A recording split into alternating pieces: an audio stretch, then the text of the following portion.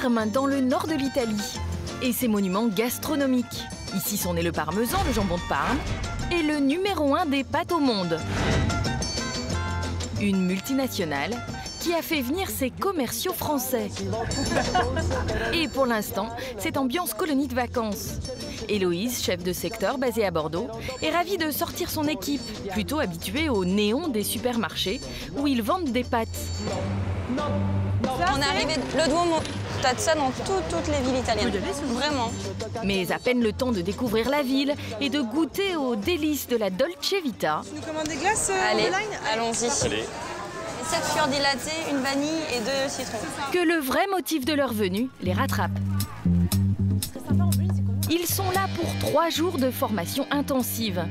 Et le programme commence dans ce quartier, entièrement détenu par leur entreprise. Un centre commercial, un hôtel de plus de 100 chambres et une université Barilla, où ils retrouvent 60 autres commerciaux français, soit la moitié de la force de vente. C'est dire si l'enjeu de ce rassemblement est stratégique. On a 2 invités surprises qui arrivent en fait. Leur patron France, Miloud Benahouda, a même fait le déplacement. Qu'est-ce qui se passe dans l'entreprise depuis le début de l'année? D'abord, du point de vue des résultats. Les ventes dans l'Hexagone ne sont pas à la hauteur. Donc on a eu un plan de promo cata, clairement, sur le premier trimestre. Je sais que tout le monde s'est mobilisé, à la fois le siège, le terrain, face à ce début d'année qui a été un petit peu compliqué. Les premiers résultats commencent à tomber. Suite à effectivement ce démarrage extrêmement poussif, on s'est remis au travail et puis on a développé un certain nombre de plans. Barilla a donc un problème avec la France. Le pays lui résiste. Une anomalie dans le programme de conquête du plus grand vendeur de pâtes de la planète. Barilla n'aurait dû faire qu'une bouchée de l'Hexagone. Depuis 140 ans, la multinationale italienne connaît un succès incroyable, fondé seulement sur du blé et de l'eau. Mais la recette fait des miracles. Mange que ça. On doit à l'italien d'avoir mis à la mode les farfales, les penne, qui sont maintenant entrés dans toutes les cuisines du monde.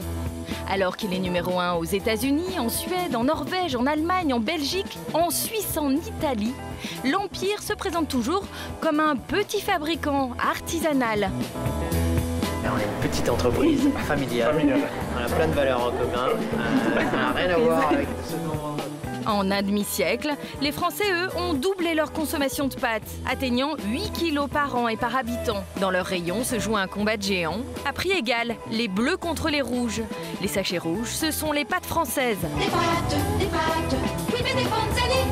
Un leader qui vend encore 2 fois plus de pâtes que Barilla. Mais l'Italien tente de le détrôner pour profiter au maximum du marché français en pleine croissance. Alors, quels sont les secrets de ce géant des pâtes ? Pourquoi la France reste un petit village d'irréductibles? Non, désolé. Et quel est le rôle des descendants de la famille Barilla, toujours aux commandes de l'entreprise? En plus du quartier qu'elle possède au cœur de Parme, devenu trop petit, l'entreprise dispose de ce siège, à quelques kilomètres du centre-ville. Dans le hall, la photo de Pietro, aujourd'hui disparu, le père des dirigeants actuels, symbole d'une success story à l'italienne. Avec Gucci et Ferrari, ses fils portent le nom le plus célèbre du pays. Leurs apparitions sont très rares et leur service de presse décide de chaque plan.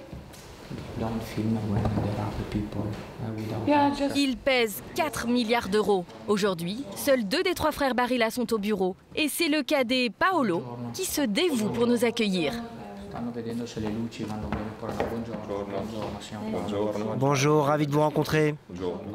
Lui, il incarne la 4e génération Barilla. Ça, c'est l'une de nos photos historiques. Ces personnes ont fondé l'entreprise. Ici, il y a mon grand-père. Mon père, c'est celui-ci. Et là, il y a mon oncle.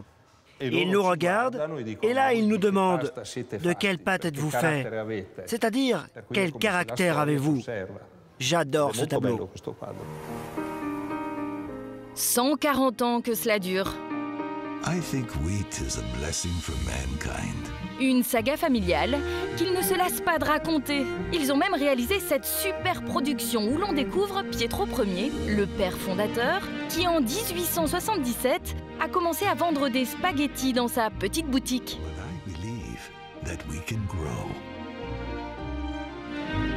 Et il ne s'y trompait pas. Son fils Riccardo construit la première usine de pâtes que son petit-fils Pietro transforma en usine géante. Et désormais, ce sont ses 3 arrière-petits-fils qui font grandir l'empire. Les 3 frères Barilla, aux manettes depuis 1995. Ils incarnent la classe à l'italienne. Il y a Guido, l'aîné, 58 ans, golfeur à ses heures perdues. Lucas, 55 ans, le plus secret, filmé ici à New York pour l'ouverture d'un restaurant de la marque. Et puis le plus célèbre, le moins classique, Paolo. Avant de rejoindre l'affaire familiale, le fils cadet était pilote de course plutôt doué. En 1985, il remportait même les 24 heures du Mans. Est-ce que votre père est content du métier que vous exercez? Bon, not très felice, mais il est préoccupé. Aujourd'hui, il est très felice pour la course. Il aime manger les pâtes. 32 ans plus tard, Paolo s'est donc rangé des voitures. Doté d'une fortune personnelle d'1,4 milliard d'euros, il travaille dans ses bureaux d'apparence plutôt simples. Sauf que sur les murs, tous ces tableaux ne sont pas des posters. C'est ici que je passe la plupart de mon temps. Mais des toiles de maître. La famille possède l'une des plus grandes collections privées au monde. Là, il y a ce Picasso.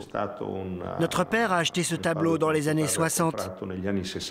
Il n'a jamais rencontré Picasso, mais il tenait beaucoup à ce tableau, qu'il considérait comme une récompense de son propre travail. Il disait, lorsque je suis content de mon travail, je me fais cadeau d'un tableau. Certaines de ses œuvres valent jusqu'à plusieurs dizaines de millions d'euros. Leur société, elle, génère 3,5 milliards de chiffre d'affaires par an. Et ils comptent doubler les gains d'ici 2020. Pour cela, Paolo et ses frères poursuivent leur conquête du monde.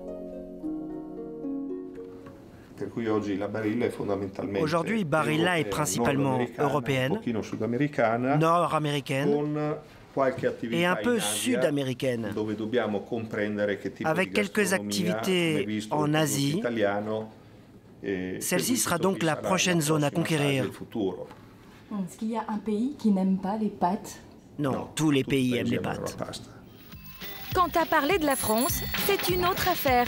Il faut un peu lui rafraîchir la mémoire. Son dernier bon souvenir remonte à plus de 20 ans, quand la famille avait recruté notre GG national. Il a fait une partie de notre succès au début des années 90.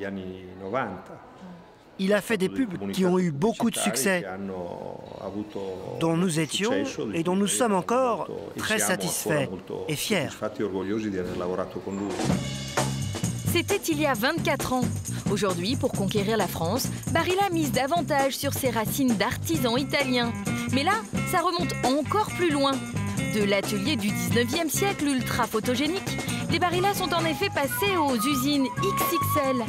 À Parme, ils détiennent notamment le plus gros site industriel de fabrication de pâtes au monde. D'où sortent 1000 tonnes de pâtes par jour, soit 2 millions de paquets. Et pour en arriver là, il faut d'abord un sacré stock de blé. De quoi remplir ces immenses silos. Barilla est le plus gros acheteur de blé dur au monde. Chaque jour, c'est le défilé des camions. 75% du blé provient d'Italie, 10% de France, 15% d'Amérique du Nord. Et c'est dans cet immense moulin, le plus grand d'Europe, que le blé est progressivement broyé. À chaque étage, un peu plus fin. Il faut 6 heures pour en faire de la semoule, l'ingrédient miracle que les Barilla transforment en or. La précieuse matière première transite par voie souterraine jusqu'au bâtiment le plus stratégique de l'usine. Sous ce hangar, il y a la plus grande machine de pâte au monde. Elle nourrit l'Europe, le Moyen-Orient et l'Asie. Ici, on n'entre pas comme dans un moulin. Il nous a fallu 1 an pour obtenir notre ticket et notre guide. Mamadouli, le chef de production. Le site est tellement vaste qu'il est souvent à bicyclette.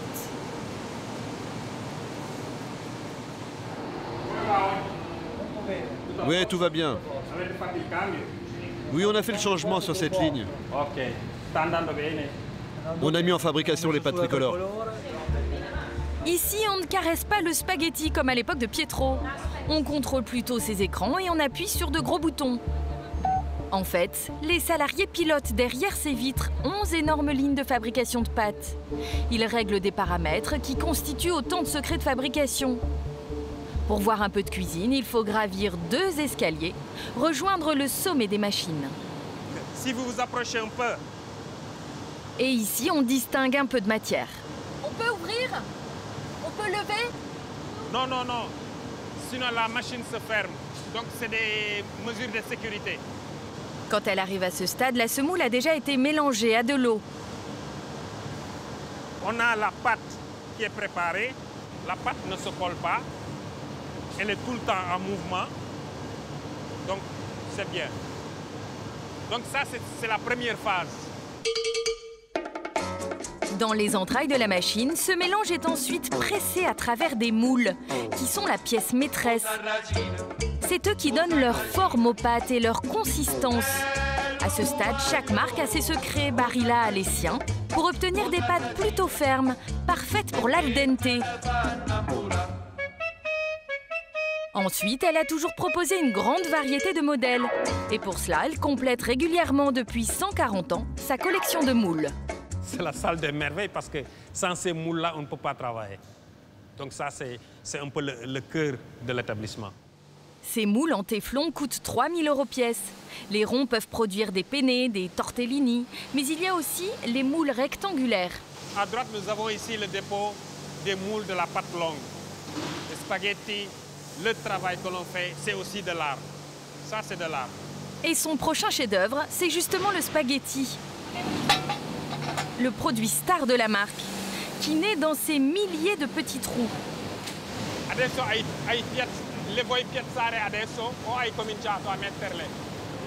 Après 6 jours non-stop à fabriquer des linguines, une autre sorte de pâte, les ouvriers nettoient la machine pour passer au spaghetti. Les 2 nouveaux moules sont délicatement insérés. OK. Je pense que tout est OK maintenant. Au total, 15 minutes de manœuvre, puis la production peut recommencer. C'est parti pour 6 jours de spaghettis. Si on les met bout à bout, ils vont faire le tour du monde. Il y a le spaghetti qui descend. Ensuite, il y a le couteau qui coupe le spaghetti.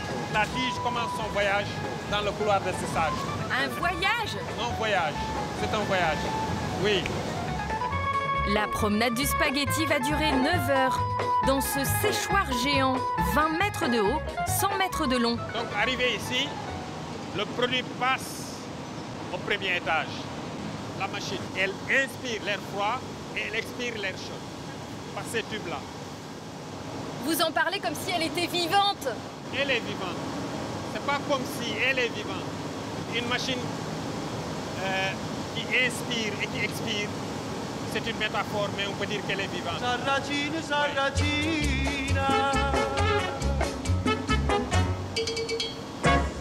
Après le long voyage, le produit arrive ici. Il est sec, il est normal, il est standard. Maintenant, il est prêt à la consommation. Sans jamais se tromper. Donc, comme vous voyez, c'est un trafic intense. Et nuit et jour, 24 heures sur 24, ils sont au travail. Toute cette machine infernale pour délivrer des dizaines de millions de paquets par an. Le même bleu, la même mode italienne servie au monde entier. Mais alors, pourquoi ne sont-ils toujours pas numéro 1 en France? Là où le marché est l'un des plus prometteurs. Dans le centre de Parme, avant de rentrer chez eux, passage obligé pour nos commerciaux français. Les chefs officiels de la marque vont leur donner une formation express aux recettes italiennes qui devrait booster les ventes en France. Andiamo! À la sortie, Omblin et ses collègues ne devront plus être de simples vendeurs de pâtes, mais des pros capables de montrer l'incroyable potentiel du produit maison. On va cuisiner donc avec notre chef Roberto. Et je suis assez contente, on va faire du pesto, j'adore le pesto. On a 3 recettes à faire. Du pesto donc, mais aussi des plats de pâtes italiens bien moins connus, à base de crustacés, de poissons, de nombreux légumes. Et ce n'est qu'un petit échantillon de leur répertoire national de recettes. Cacio et pepe, ça c'est la meilleure. Et la pâte, les fromages qui filent, qui coulent, il y a la littérature, on a beaucoup de choses. Est-ce que je peux t'emmener avec moi voir mes clients? Ah bah si, hein. C'est énorme, hein, ce qu'il y a en huile, hein. T'es sûr? C'est du pesto. Pour les classiques, les chefs italiens donnent des astuces qui feraient toute la différence, comme les glaçons dans le pesto. Ah. Non. 3 glaçons pour fermer l'oxydation. Ah, ça c'est la chose plus belle. Ah, c'est pas mal là. C'est une tuerie là. Eh ben ça raconte une histoire.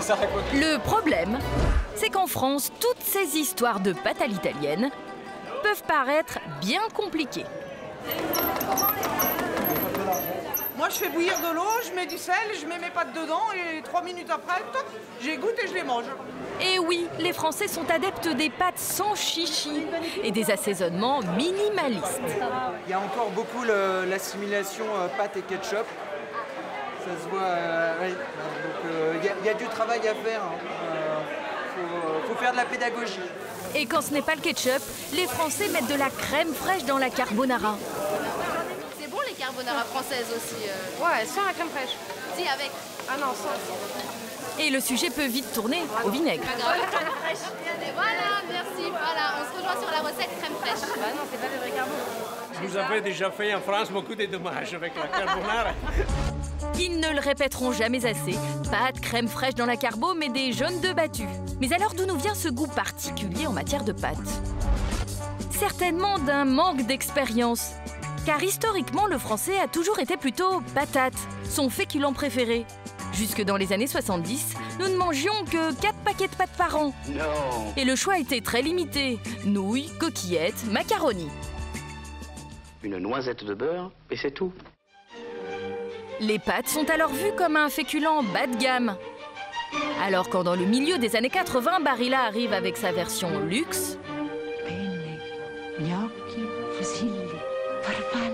ces bijoux à l'italienne nous laissent d'abord perplexes. Et puis alors les nouilles, elles sont un peu spéciales, hein? Ah oui, mais c'est des nouilles qui tiennent en salade, ça. On dirait des tuyaux, là. Voilà. On dirait des tuyaux coupés en biseaux. Elles sont exprès pour faire ça. Quant à la cuisson, c'est chacun sa version. J'ai l'intention de faire en premier. Je mets mon torchon comme ça, mon couvercle, et j'éterne. Moi, je les aime bien cuites et bien molles. Moi, je suis toujours à l'envers. On en laisse un petit peu plus. Des pâtes bien cuites et bien molles. Une absurdité pour les Italiens qui les mangent al dente, croquantes. Sur ce point, la marque ne veut pas céder. Alors pour faire perdre cette mauvaise habitude persistante aux Français, 1 litre de l'eau et 100 grammes de pâte. Les commerciaux finissent l'atelier par un cours magistral sur l'art de cuire les pâtes à l'italienne. 110 minutes de cuisson, vous mélangez la pâte 2-3 fois, c'est tout. On met pas d'huile dans l'eau, chef? Et non, l'huile dans l'eau n'empêcherait pas les pâtes de coller.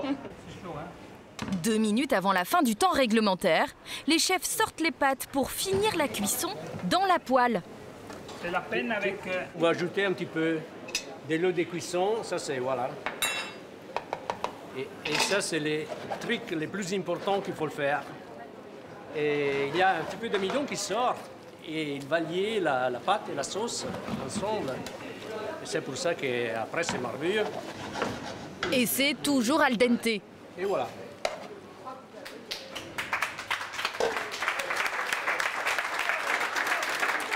Troffier haricots pommes de terre, penne tomates aubergines.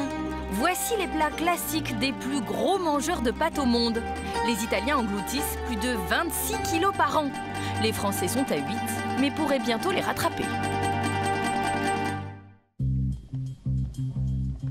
L'homme qui a la mission impossible de faire le trait d'union entre les Italiens et nous, c'est Miloud Benahouda, le directeur général de Barilla France, dont le siège est en banlieue parisienne.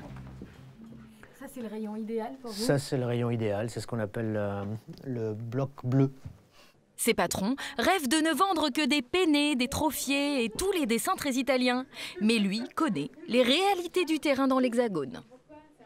Le marché français, le top 3, ça reste la coquillette.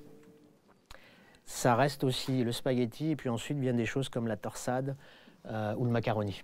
Donc on a réussi à bouger un petit peu les lignes, mais pas encore totalement. Donc. La coquillette, qui n'existe qu'en France, reste indétrônable. Les Français se ruent sur les cuissons rapides, les 3 minutes. Le problème, c'est que Barilla ne vend que des coquillettes 7 minutes. Mais Miloud est sur le point de rattraper ce retard.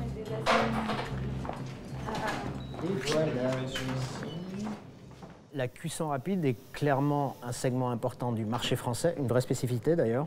C'est plus de 8% du marché total des pâtes aujourd'hui, c'est de la cuisson rapide. Et il a l'autre spécificité qu'il est en croissance à 2 chiffres depuis 3-4 ans. Voilà, recherche de praticité, besoin d'aller vite, etc., etc. C'est pas très italien, ça. Ce n'est pas très italien. Mais ces arguments financiers ont fini par convaincre ces patrons de Parme à travailler sur des produits hybrides, des cuissons rapides qui puissent rester al dente. Alors montrez-nous cette coquillette par exemple. Et sur cette coquillette, de la même manière, vous allez voir effectivement cette croix à l'intérieur qui est que vous avez une pâte qui est plus fine, mais cette croix à l'intérieur vient mettre une structure qui renforce votre pâte, donc il ne va pas se ramollir dans la cuisson, et qui garde le côté al dente et la qualité Barilla. Alors vas-y, coquillette, avec le chrono. C'est parti. Donc là, pareil, uniquement gros sel et de l'eau. Et pour les suggestions de recettes, cette fois la marque est restée dans la simplicité française. Donc ça, c'est le pack coquillette 3 minutes.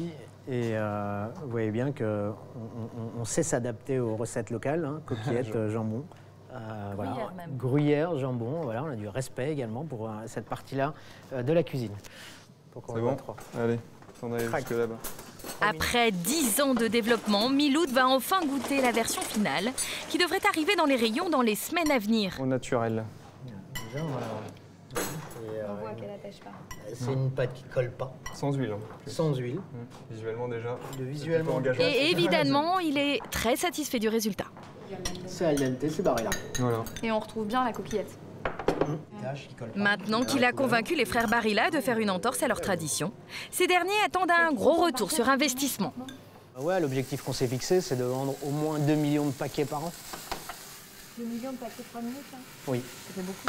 Non, à la taille du marché, ça reste tout à fait raisonnable. Ça voudrait dire piquer combien de parts de marché aux concurrents? Ah, on cherche à piquer rien, personne, nous. Non, on est là que pour convaincre, que pour développer du marché. On cherche pas à piquer des choses aux autres. Et pourtant, ce marché est déjà bien saturé. Toutes les marques distributeurs font de la 3 minutes.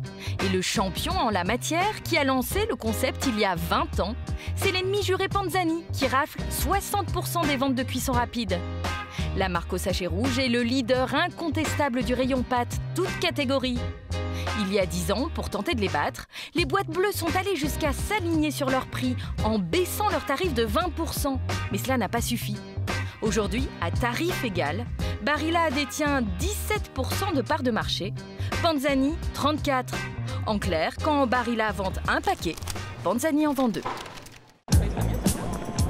Chez Panzani, justement, Marie-Catherine Haune, directrice générale marketing, se sent complètement libérée des traditions italiennes. Elle joue la modernité.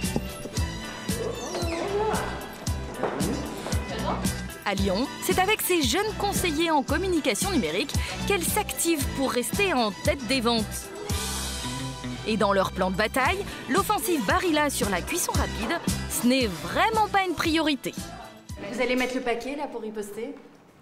Alors je pense pas qu'on puisse parler de riposte. Enfin, je sais pas si vous avez en tête, mais on vend plus de 60% des pâtes cuisson rapide en France. Donc c'est Panzani, de très loin le leader. Honnêtement, on est serein. Nous, on trace notre ligne.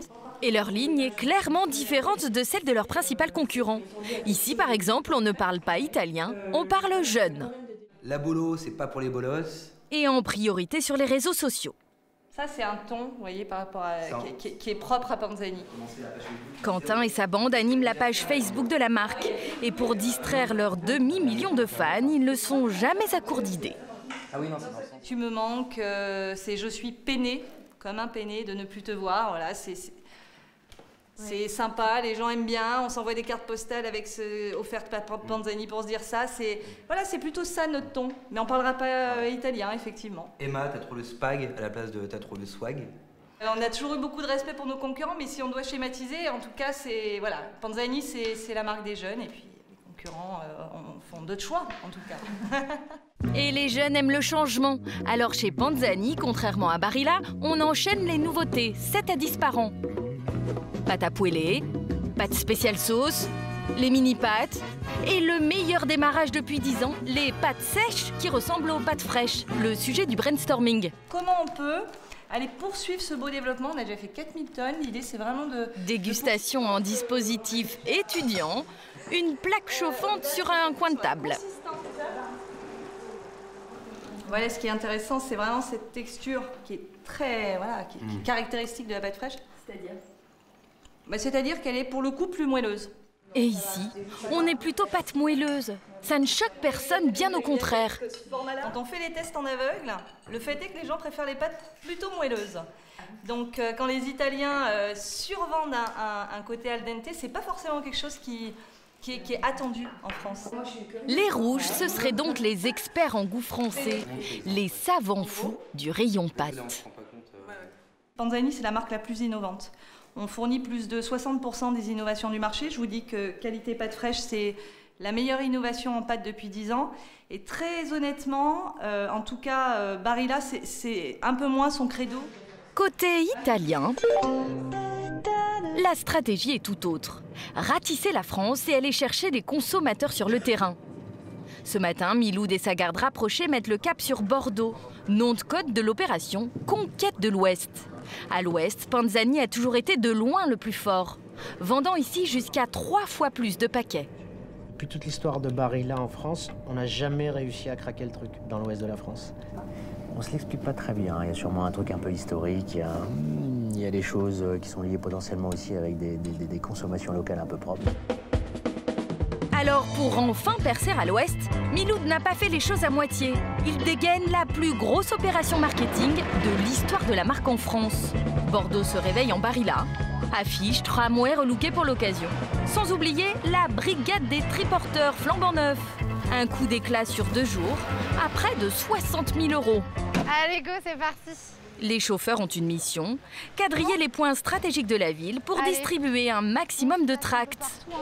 Bonjour messieurs, devenez chef aussi avec Barilla, vous pouvez gagner. Et séduire les Barilla réfractaires. Ma marque de pâtes préférée, actuellement, c'est Lustu Cru. Les pâtes, c'est vrai que c'est un peu Panzani parce que c'est mon goût personnel. Bonjour. Comme prévu dans l'Ouest, la tâche s'annonce difficile. Mais pour intéresser les passants, l'animatrice a un argument qui fait tilt. Vous aussi devenez chef? Il y a des recettes à l'intérieur. Non? Bon, bah bonne... Oui, bah oui. Bonne journée. Des recettes de pâtes. Et qui plus est, des recettes locales. Bonjour madame. Des chefs bordelais ont fait des recettes exprès pour nous. C'est l'idée originale de Miloud Benahouda. Marier ses pâtes italiennes au talent de chefs locaux. Bonjour madame Cruel. Bonsoir. Bonjour.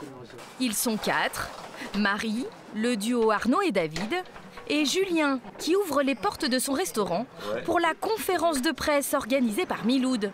Ce dernier veut taper fort pour médiatiser ce partenariat inédit. Marie. Marie, enchantée. Enchantée. Donc Miloud, et donc je suis le directeur général de Barilla. Super. Merci. C'est la première fois qu'il rencontre les chefs sélectionnés pour l'opération. Ça vous amuse un petit peu? Complètement. Ouais. Complètement. Un choc des cultures entre des petits artisans très attachés aux produits locaux et le numéro 1 des pâtes au monde. Là, on n'est pas dans du petit producteur local. On est dans une multinationale. Est-ce que... C'est ça qui est agréable et qui, moi, m'a plu pour le coup dans... C'est pas vrai, on est une petite entreprise familiale. On a plein de valeurs en commun. Ça n'a rien à voir avec ce dont on parle. Pour séduire les consommateurs de l'Ouest, Miloud a donc totalement changé de recette. Ici, la carte cuisine italienne n'a pas pris. Bonjour. Alors ils misent tout sur la cuisine locale et les produits terroirs. Les 4 chefs exécutent leur création devant l'objectif des journalistes. Une mise en scène parfaite pour ces pâtes qui, bien sûr, restent les stars. C'est beau, ça. Ça, l'avantage des pâtes Barilla, c'est qu'elles sont difficiles à surcuire, en fait. Et des compliments de la bouche de professionnels locaux respectés, c'est très précieux. J'avais proposé au chef de mettre mon tablier, mais il m'a pas fait confiance. Et pourtant, c'est là où Miloud a été malin, ça ne lui coûte rien. Vous les avez pas payés? Non, on ne les a pas payés, il n'y a aucune relation argent. Il n'y a aucune relation financière. Ça fait de la publicité. Voilà, c'est de la visibilité. Elle est là l'intérêt pour nous. Voilà. Car oui, quand même, grâce aux nombreux espaces pubs achetés par la marque, 3 000 € rien que pour cette pleine page, les chefs et leurs plats de pâtes s'affichent partout. Tu as vu quand ça s'ouvre, alors c'est sud-ouest, et tu tombes sur notre publicité. Après Bordeaux, Miloud déroulera le même plan avec d'autres chefs à Nantes, Rouen, Rennes, Béthune, Clermont. Une énorme opération dont l'objectif est clair. C'est pourtant simple. Concrètement, si je devais vous dire, si on augmentait nos ventes de 15% dans la région d'ici à 3 ans, on aura atteint notre pari, ouais.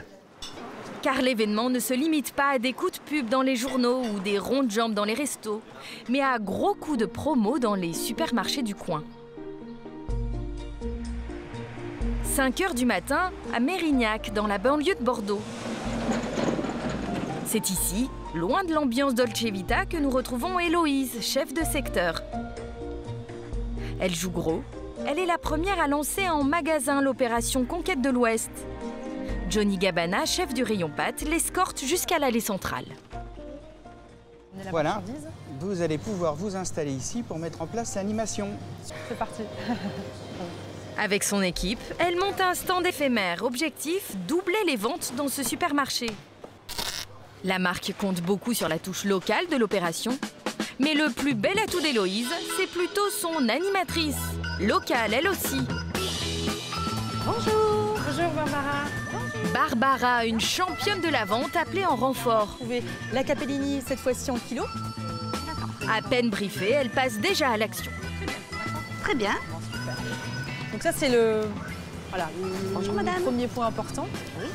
Bonjour monsieur, est-ce que je peux vous renseigner? Et naturellement, son angle d'attaque, ce ne sont pas les chefs locaux ni les origines italiennes, mais le prix. Vous avez 30 centimes de réduction, monsieur, dessus. Hein, voilà, ça vous revient à 1,10 €. Et ça marche. Et l'autre côté, vous avez directement les paquets d'1 kilo.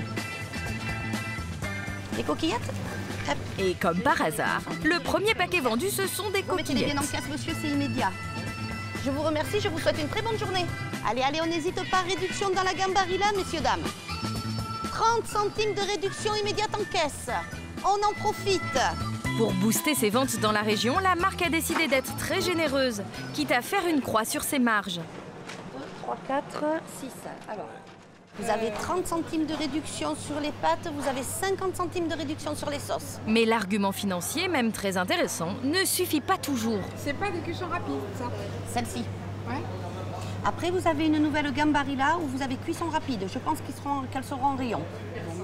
Et non, les seules cuissons rapides disponibles en rayon, ce sont toujours celles des concurrents.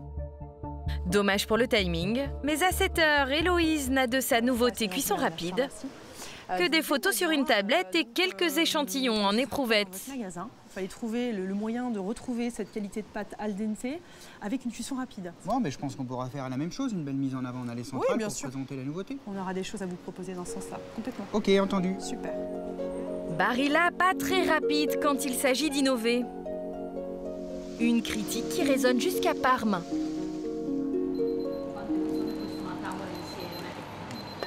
Aux oreilles du grand patron. Chez les al dente, c'est la pause déjeuner. C'est qu'une entrée, hein. J'espère qu'après on aura un vrai plat. Pas besoin de le lancer sur le sujet. Il revient régulièrement dans la conversation. Paolo Barilla en a assez d'être taxé de conservateur des pâtes. Évidemment, les gens vous disent « Vous n'innovez pas, vous êtes vieux et gâteux ». Alors oui, il y a 140 ans, notre spaghetti, c'était le même.